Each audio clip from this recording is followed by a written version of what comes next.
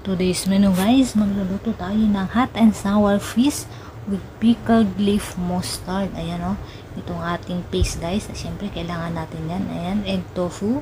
Siyempre hindi mawawala yung fish. Minarinate ko muna yan ng asin at saka paminta. At naglagay din ako ng konting dumpling.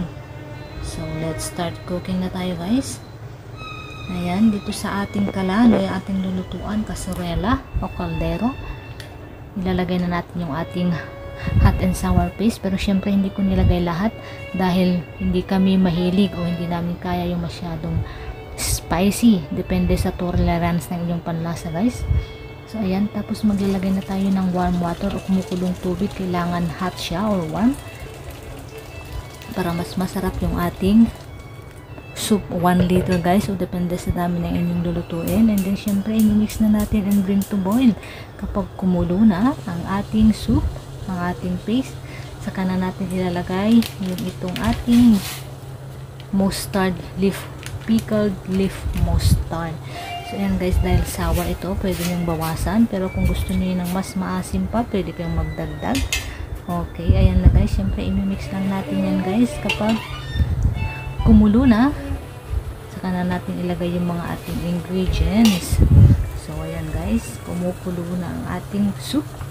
And then ready na natin ilalagay yung ating fish. Ayan guys. Pwede kayong maglagay anong klase ng isda na gusto nyong lutuin. Ayan. Naglagay din ako ng konting dumpling. Pandagdag ng ating lulutuing soup. And then naghiwa din ako ng egg tofu. Ayan guys. So, hiniwa ko lang siya ng malalaki para hindi siya magutay-gutay dahil malambot lang yan guys. And then pakukuluin lang natin yan ng sabay-sabay hanggang sa maluto guys. Ayan. Habang nilalagay natin at pakuluin muna natin yan ilang mga minuto. Ayan. Kung bago ka ba lang dito sa ating channel, please subscribe na, pakipano na rin para updated kayo sa mga iba't ibang videos pa na ating i-upload.